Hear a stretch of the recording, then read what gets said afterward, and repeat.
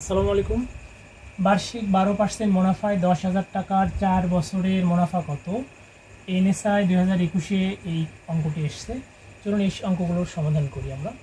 তো এটা একটা সরল মুনাফার অঙ্ক। বার্ষিক 12% মুনাফায় 10,000 টাকার 4 বছরের মুনাফা বের করতে বলছে।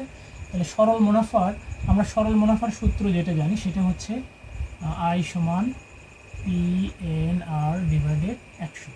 এই একটা সূত্র দিয়ে আমরা এই অঙ্কটি করে ফেলবো এবং এই সরল মুনাফার এই সূত্র দিয়ে আমরা সরল মুনাফার অনেক অঙ্কগুলো করে ফেলতে পারি। বেশিরভাগ অঙ্ক এই সূত্র দিয়ে আমরা করতে পারবো।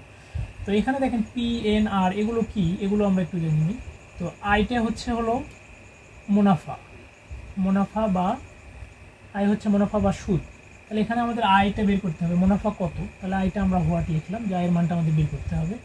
পি এখানে আছে, পি সমান আমরা জানি হচ্ছে প্রিন্সিপাল মানে হচ্ছে মূলধন বা আসল। মূলধন হচ্ছে এখানে কত দেওয়া আছে, 10,000। আমরা জানি মূলধন এখানে 10,000 আছে।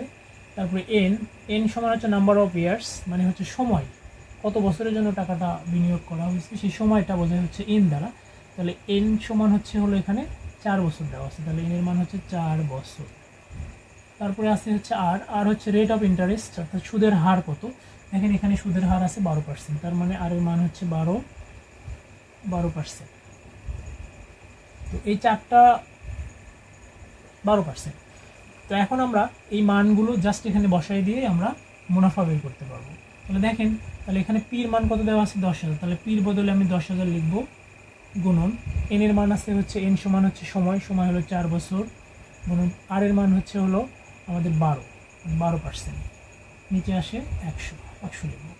এখন আমরা কাটাকাটি করবো, এই 2 শূন্য কেটে যাবে। এখন আমরা পাচ্ছি এখানে 4 12 48 এবং 100 গুণ করলে হবে 4800, অর্থাৎ 4,800। এটা হচ্ছে মুনাফা, অর্থাৎ 12% হারে 10,000 টাকার 4 বছরের মুনাফা হবে 4,800 টাকা। আমাদের অ্যান্সার হবে ঘ নম্বর, 4,800 টাকা। এই অঙ্কটা যদি বুঝে থাকেন তাহলে বোর্ডে দেওয়া অঙ্কটি বার্ষিক 5% মুনাফায় 1,000 টাকার 2 বছরের মুনাফা কত, এটা ডাক বিভাগ 2023 এসছে। এই প্রশ্নটির সমাধান করে কমেন্ট বক্সে জানাবেন। ধন্যবাদ।